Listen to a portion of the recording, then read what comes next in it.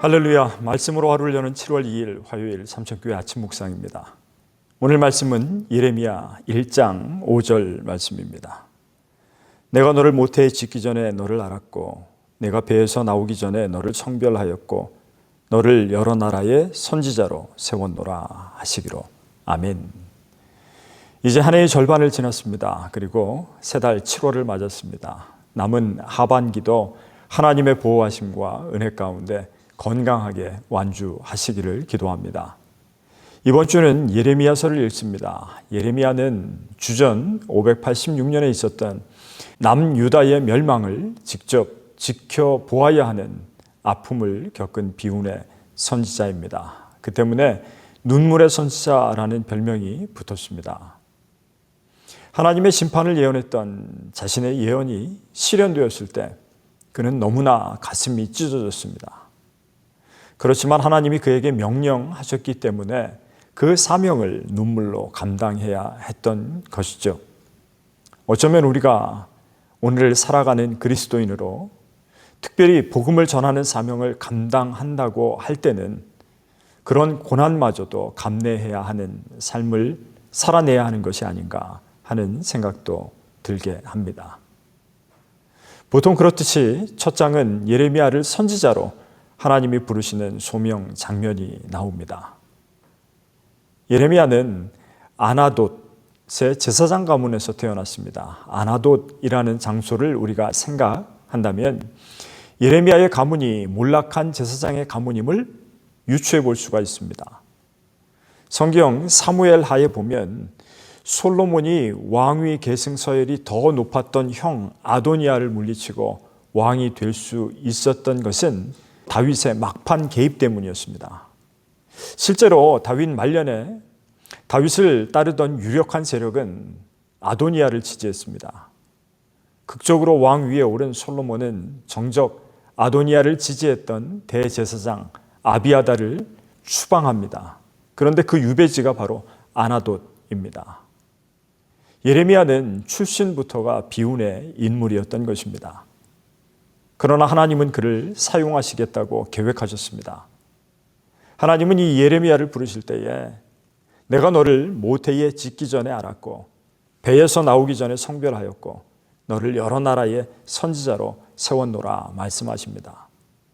그렇습니다.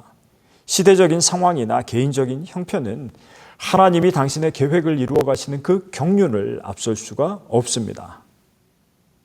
오늘 흔히 부흥을 바라기 힘든 기독교의 암흑기라고 말할지 모릅니다. 또 목회나 사역이 너무 힘들다고들 합니다. 그러나 하나님은 예레미야뿐만 아니라 지금도 저와 여러분들을 부르셨고 그분의 계획 속에서 사용하기를 원하십니다. 우리가 하나님의 명령에 선뜻 순종하지 못하고 자꾸 피하는 것은 두려움 때문입니다. 사실 소명을 받을 때에 두려움은 당연한 것입니다. 부르신 소명이 크면 클수록 두려움도 강하기 때문이죠. 저도 목회자가 되지 않으려고 얼마나 몸부림쳤는지 모릅니다. 그러나 그때마다 격려하시면서 한 걸음씩 이끌어 가시는 하나님의 손길을 느낄 때는 모태에 짓기도 전부터 나를 아시고 성별하신 하나님이심을 고백할 수밖에 없었습니다. 예레미야도 오늘 보면 저는 아이라 말을 할 줄 모릅니다 라고 거절합니다. 그러자 하나님은 내가 네 입에 할 말을 넣어주겠다고 하시면서 그 입을 만져주십니다. 모세에게는 어떠셨습니까? 80세 노인인 모세가 불타는 떨기나무에서 소명을 받을 때 제가 누구이기에 바로에게 가며 내가 무엇이기에 이스라엘 자손을 인도해내겠습니까? 그렇게 거절합니다. 그러자 하나님은 내가 너와 함께 하겠다 모세를 격려하십니다. 우리는 나의 연약함과 부족함을 느낄수록 하나님 앞에 두려운 마음을 느낍니다. 그런데 생각해 보면 그 두려움 때문에 하나님은 그 사람을 사용하십니다. 왜냐하면 두려움을 극복하기 위해서는 하나님 앞에 엎드려야 하고 전적으로 그분의 능력을 의지해야 하기 때문입니다. 나의 힘으로는 도저히 할 수 없다는 것을 인정하고 온전히 하나님 손에 붙들려 살기로 작정할 때라야 하나님은 그 사람을 통해서 놀라운 일을 행하십니다. 눈물의 선지자 예레미야를 붙드시면서 하나님은 당신의 계획을 알리셨습니다. 우리가 전하는 복음 역시 사람들이 듣고 싶은 말만 전하는 것이 아닙니다. 예수님이 전하신 복음의 시작 역시 회개하라 천국이 가까이 왔느니라는 외침이셨습니다. 그러나 우리가 전하는 복음은 영혼을 살리는 귀중한 보배입니다. 어떤 상황이라고 할지라도 하나님은 하나님의 경륜 가운데서 순종하는 이 시대에 예레미야를 쓰십니다.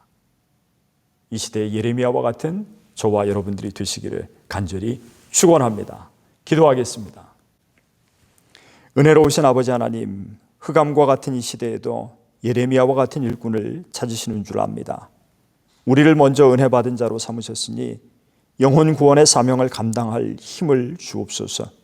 시대를 살리고 영혼을 살리는 부흥의 불길이 우리를 통해 일어나게 하옵소서.